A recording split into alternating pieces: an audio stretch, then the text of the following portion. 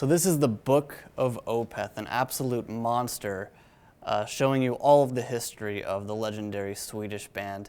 Now just feeling this thing, it almost feels like velvet on your fingertips, yet the cover is very bleak. Of course, it's embossed with the classic O. It feels like Opeth right away. I mean, even just the bookmark here. It feels like Opeth, and of course that means many things, but you'll understand as you open this thing. Now, first of all, this is not just a book. It comes with its very own exclusive 7-inch, which you can check out right here. Take it out, packed very safely. One side has got a live version of Atonement on it from a 2012 show in Sweden. The other side, Demon of the Fall live. An awesome little collector piece. I know a lot of you fans are crazy about your vinyl, so this is an amazing little piece to add to your vinyl collection. Seal that back up. Now, when you open this thing, it feels extremely grand right away. It's glossy as all hell. It's really gritty too when you feel the pages. And you come into a lot of amazing photographs that you maybe have never seen before, like this one right here. Michael Ackerfeld in his crystal ball. I mean, absolutely awesome. And this book is just filled with lots of little things like this. Now, starting at the very beginning of Opeth, this is actually funny because they actually use a bloodbath photo here. But going in, Michael Ackerfeld in his bell-bottom jeans and his platform shoes. How much Deep Purple was he listening to right here? Just so cool to see him way back when, you know, before the band's identity was really birthed. And you can see the very early stages of the band, and also just testimony from all of the classic members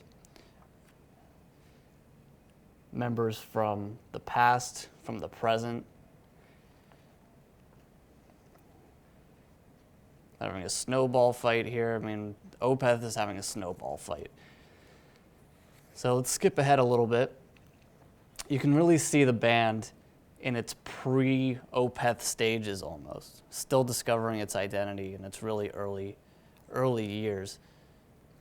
So a lot of this book is dedicated to the advent of Opeth. Also these amazing like photo frames. They're all around here. They're almost like these little tiny mosaics.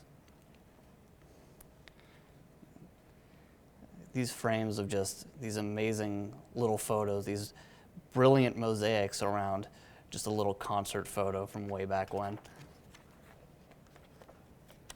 So, let's start here. There's even some stuff from Steven Wilson. He actually contributes to this book quite a bit, seeing as he's produced a lot of Opeth's most celebrated albums, and of course, Michael Ackerfeld's hero, if he had to choose only one. He gives a lot of insight into Opeth as well. Now, a lot of this book, when it comes to the albums, they do a lot on Damnation and Deliverance, which were recorded at the same time. Absolute opposite records, recorded basically simultaneously. So you hear a lot about that, learn about the thought process, the creative process, going all throughout that period of time. I found that to be maybe the most interesting part. It's Martin Lopez right here. This is a quote that I really liked. Lopez was young and cocky, and he walked and talked like he was Tony Montana. And here you go, talking about Damnation and Deliverance right here. Skip ahead a little further. Here's Frederick. Here's where he kind of enters the fold, talking about how much he loved Opeth way back when, and sort of chronicling the current stage of Opeth with him in the band. Cusp of Eternity. What a great song. And here you go. This is another really good shot of Michael Ackerfeld and a nice quote from Steven Wilson. Every time I hear what he's done, it feels like he's raised the bar talking about Michael Ackerfeld's contributions to metal, and the evolution of Opeth's music, which has gone in so many different directions. Now, also at the back here, you see basically every piece of material that Opeth has ever released, whether it be a studio album, something live, a pressing that's just been made for promotional purposes, sent to radio stations and magazines and stuff. You see every little thing.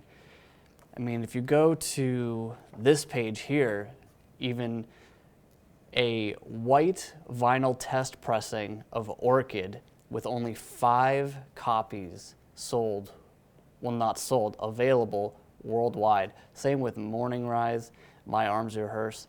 There's so much stuff in here. A promotional VHS of the Grand Conjuration, considering that was released in 2005. That's pretty hysterical. But this thing is just completely filled with stuff that you probably didn't even know existed.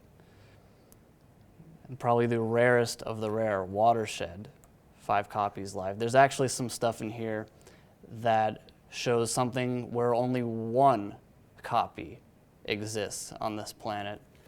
And I bet you wish you had that. So it goes all through the entire discography, whether you knew it existed or not.